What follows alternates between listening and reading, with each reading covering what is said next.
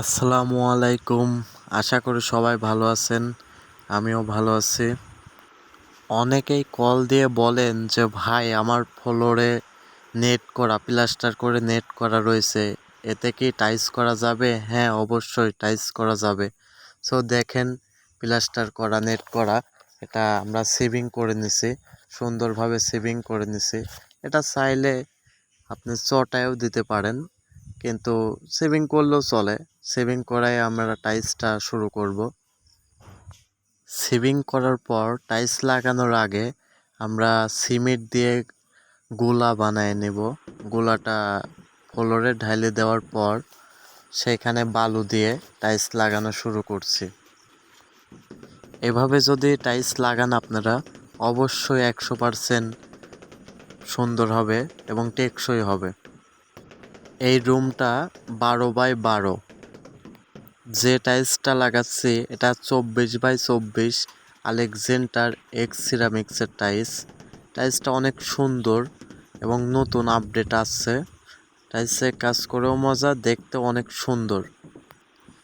এবার বলবো 12x12 একটা রুমে টাইলস করতে কত টাকা লাগে।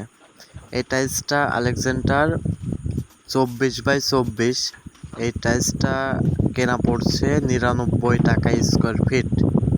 সেক্ষেত্রে আপনার 12x12 থাকলে স্কার্টিং 6 ইঞ্চি সহকারে 13x13 রুম হয়। মাপটা নিতে হবে, তাহলে 13 × 13 আপনার 169 ফিটের মতো আসে, 170 ফিট। তাহলে টাইলস কিনা পড়ছে 99 টাকা স্কোয়ার ফিট। 17,000 টাকা সামথিং টাইলস কিনা পড়ছে আর কি। এখন সিমেন্ট 4 বস্তাতে হয়ে গেছে। 4 বস্তার দাম 2200 টাকার মতো আর কি। আর বালু সিমেন্ট, 1 টলি বালু আনলে বালু পড়বে না। বালুর দাম তো 1 টলির দাম মোটামুটি 1200 টাকা। টোটালি 20,000 টাকার মতো আর কি লাগে। আর মিস্ত্রি খরচ দিয়ে মোটামুটি সম্পূর্ণ 25,000 টাকা টার্গেট করে রাখতে হবে। 25,000 টাকার উপদে যাবে না, 25,000 টাকার নিচেই থাকবে। আর একটা কথা বলি, যে টাইলস করার আগে রং করেন, এই রংগুলা কিন্তু টেকসই বেশি দিন থাকবে না। এই যে স্কার্টিংটা লাগানো হয়, এখানে পানি টানি দেওয়া হয়, এই 2-3 ফিট মিলে রংটা কিন্তু নষ্ট হয়ে যাবে। তাতে টাইলস করার পর বাড়ি কমপ্লিট হওয়ার পর 6 মাস পর রংটা করবেন, তাহলে রংটা গ্যারান্টি থাকবে। আর সবাই চেষ্টা করবেন টাইলসগুলোতে একটু জয়েন্ট পিন দিয়ে কাজ করা, স্পেসার দিয়ে কাজ করা। স্পেসার দিয়ে কাজ করলে কি হয়, জয়েন্টটা অ্যাকুরেট হয় এবং মাপটাও 100-100 হয়। তাতে টাইলসটা দেখতেও সুন্দর লাগে, পুটিংটাও সুন্দর হয়ে থাকে, সব দিক দিয়ে ফিটফাট হয় আর কি। টাইলসটা বাস্টও হয় না, হাওয়াটা বার হয়ে যায়। তাতে স্পেসার দিয়ে কাজ করাটাই বেটার। এবার বলবো ফ্লোরটাতে পানি কতদিন ধরে দিবেন। যখন ফ্লোরে কাজটা কমপ্লিট হয়ে যাবে, আগেই পুটিং কিন্তু করবেন না। 2 দিন অন্তত 2 দিন ফ্লোরে পানি দিবেন। এই যে ভোড়া বালু দিয়ে আমরা কাজ করি, নিচের বালুটাতে বেশি একটা পানি যায় না, যার জন্য পানি খাওয়াইতে হবে। ওপরে যদি পানি দেন, সেই পানিটা নিচ পর্যন্ত যায়, নিচের বালুটা আর কি শক্ত হয়ে যায়।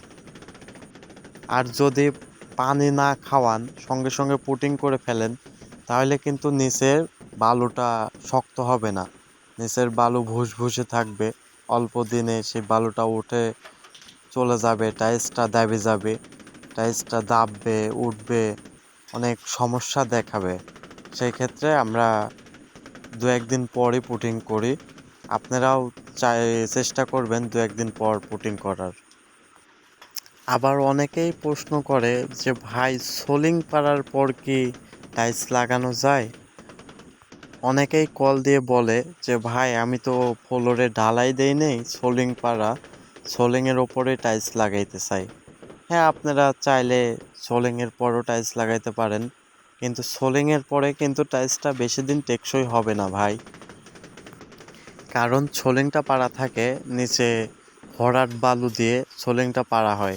আর ঢালাইটা দিলে কি হয়, নিচে একটু শক্ত হয়, যার কারণে টাইলসটা সহজেই দাবে না। আর সোলিং পাড়ার ওপরে টাইলস যদি লাগান, সেই ক্ষেত্রে আপনার 2-4-20 বছর গেলে টাইলসটা কিন্তু উঠে যাবে, দাবে যাবে, মাঝখান দিয়ে দাবে যাবে। সেই ক্ষেত্রে 2-1 ইঞ্চি করে হলেও ঢালাই দেওয়াটাই বেটার হবে। আসলে কি আর বলার, অনেক টাকা দিয়ে টাইলস কেনার পরে যত্ন সহকারে যদি না লাগাইতে পারেন, সেক্ষেত্রে মনটা খারাপই হয়। অনেক সময় দেখা যায় মিস্ত্রিরা রাবারের হাতুড় দিয়ে বাড়ি দিতে লাগলে টাইলসটা ভেঙে ফেলে, তখন বাড়িওয়ালার মনটা আর কি খারাপ হয়ে যায়। খারাপই হওয়ার কথা, একটা টাইলসের দাম 400-500 টাকা। এটা টাইলস যদি বাড়ি দিয়ে ভেঙে ফেলে, অবশ্যই মন খারাপ হওয়াটা স্বাভাবিক। আর এই টাইলস ভাঙার প্রতিরোধটা বার করবেন এইভাবে যে টাইলসটাতে সম্পূর্ণ লেবেল করে বালুটা মিলাম করবেন। বালুটা লেবেল করার পর একটু গ্যাডিনটা বেশি করে দেওয়ার পর টাইলসটা বসাবেন।